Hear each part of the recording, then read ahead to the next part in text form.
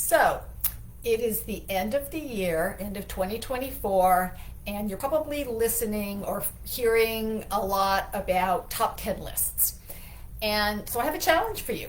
I'm Lesli Dories, your marriage coach, creator of the Hero Husband Project, and owner of Foundations Coaching. Easy for me to say.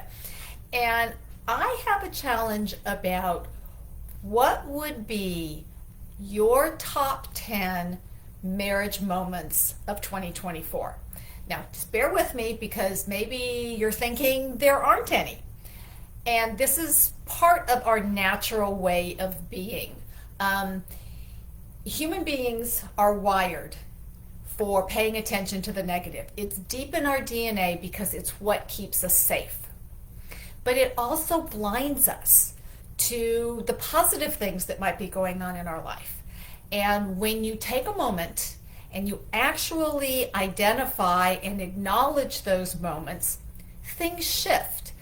All of those times where you thought, there's nothing positive about this, there's no reason to keep going with this relationship, here's all the bad things that are going on and why we should end this relationship, we can actually balance those out when you start paying attention to the positive things. So it might be an unexpected conversation that you had where you learned something about your partner that you didn't know. Maybe it was their favorite childhood memory. We just finished the holidays, so maybe it was their favorite holiday gift or holiday tradition.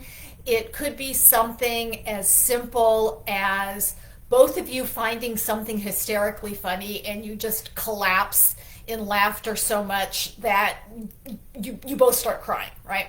It could be something moving that you both experienced. Maybe it was something out in nature, or maybe it was something with one of your children. Or it could just be possibly something that your wife does all the time. Maybe she does all the grocery shopping and makes sure that you have your favorite lunch food, or or maybe it's making sure that she doesn't buy something that you don't like. It could be anywhere from something small to something really, really big. Maybe you went on a special vacation this year, just the two of you, and you experienced a new place together. Because one of the things that research shows is that new recreates those falling in love hormones and neurotransmitters. When you and your partner experience something new together, it bonds you. Maybe you had a baby this year, and it was that first moment that the two of you met this new member of your family. I'm going to tell you that those moments exist. And so my challenge is for you to identify no less than 5, preferably 10. And when you have that list, think about what was happening that made those moments special, that made those moments memorable. Because when you can identify what those things are, you can recreate them. And that's how you start to build a better positive relationship with your partner. It could be something as simple as you didn't have an argument about something that you've always argued about, or you actually reached an agreement about something that has been challenging for the two of you. These are the things that get overlooked through all the negative stuff. I'm going to tell you, it is so easy you could probably do a laundry list of the things that happened in 2024 in your marriage that you didn't like. It might be a little bit harder to identify the things that you did, but that simple action of turning from the negative to the positive is what can make all the difference. Because I'm going to tell you, it is possible, I'm not going to lie, it is possible that you can't identify one.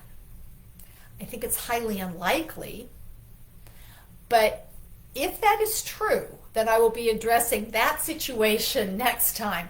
But for this time, I really do challenge you to just take a step back, get by yourself, and go through the year month by month. My guess is you can probably find at least one time a month.